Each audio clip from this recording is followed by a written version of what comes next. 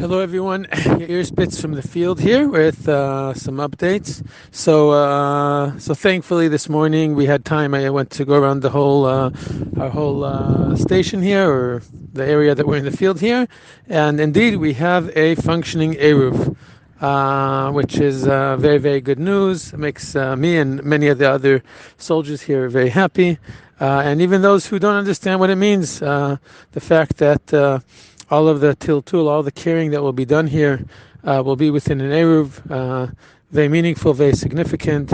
And as I mentioned the other day, as we establish ourselves here more, both physically, to do so also spiritually in all the way. So we have a standing eruv.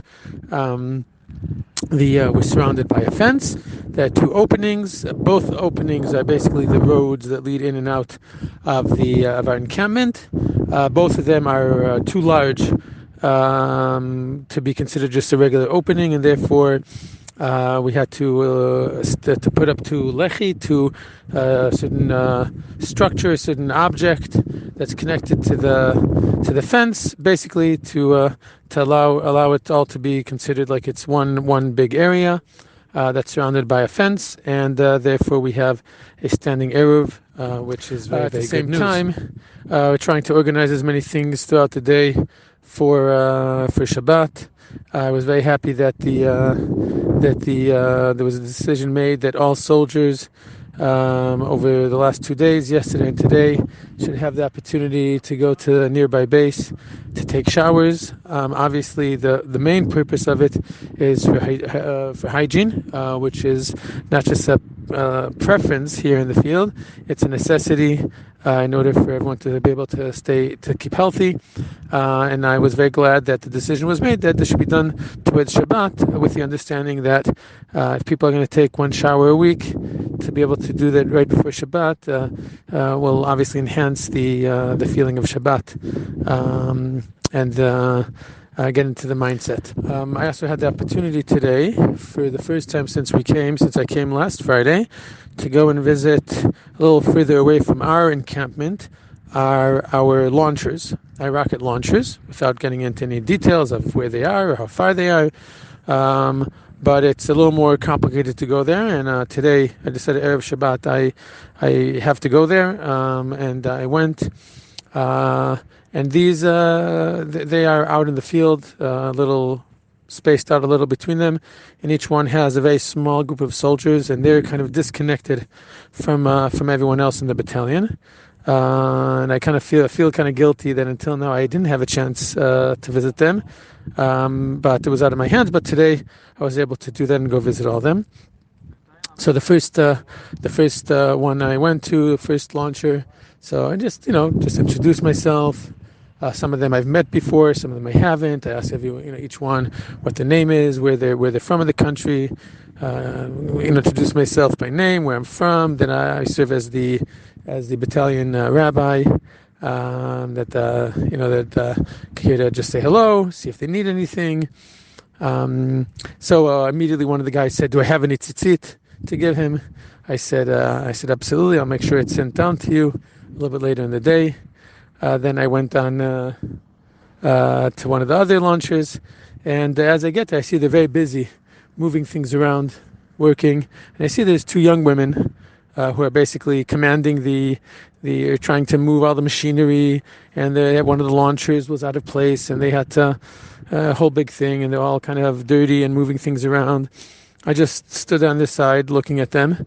These two young women and these two young men working and putting things in place. After at some point I said, "Does you guys need any help?" They said, "Yes, come, hold this, move this." They didn't know who I was. I didn't know who they were at that point yet. We're just kind of working together to make sure that things are ready there.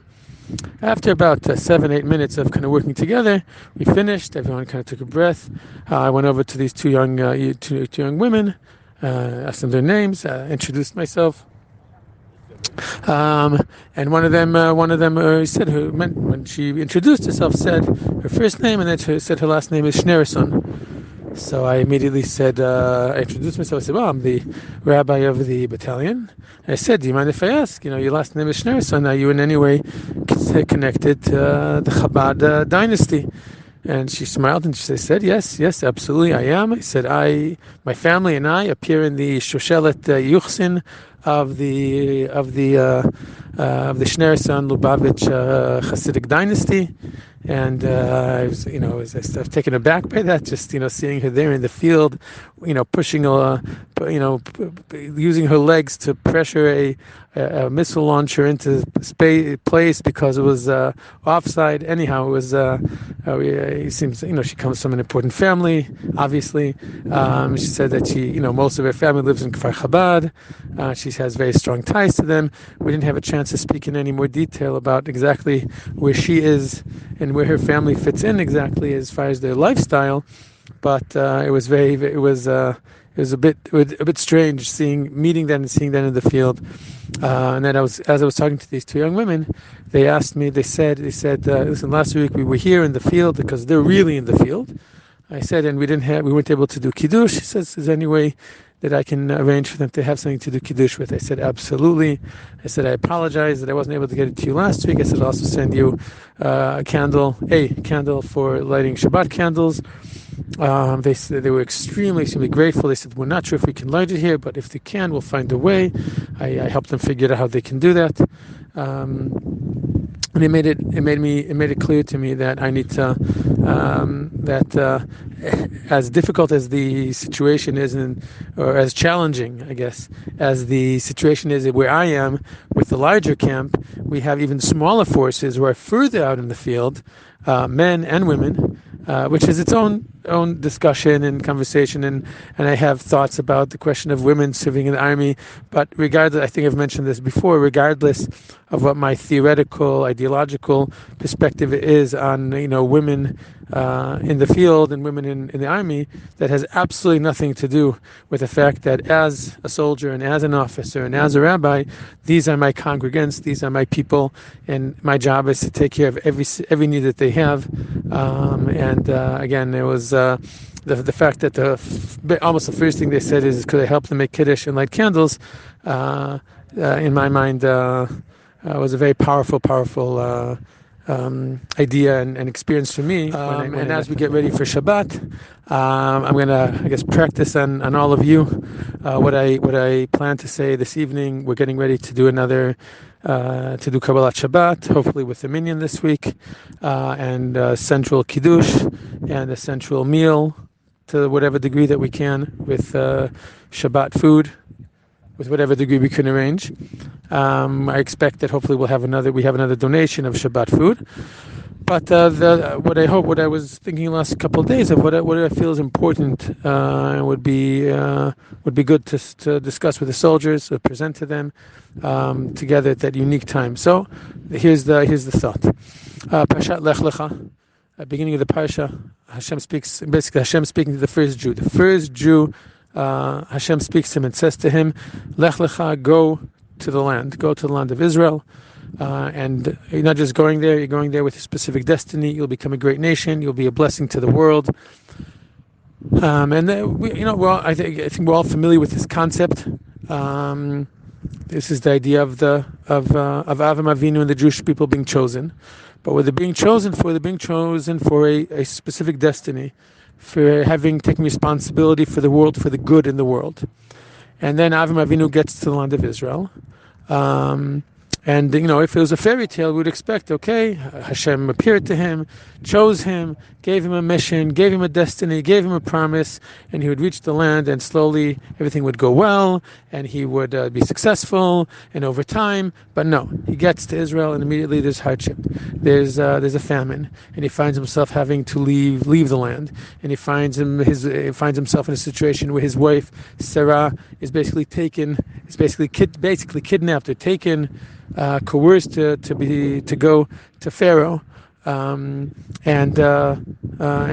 one wonders, where's the promise? Where's becoming a great nation and go to the land? And And then afterwards that's resolved to some degree, and then he comes back to Israel. But very soon afterwards, he finds himself at war. You have the war of the 4 kings against the 5, and we find that his family, Lot, was taken into captivity together with the rest of the men, women, and children of Sodom.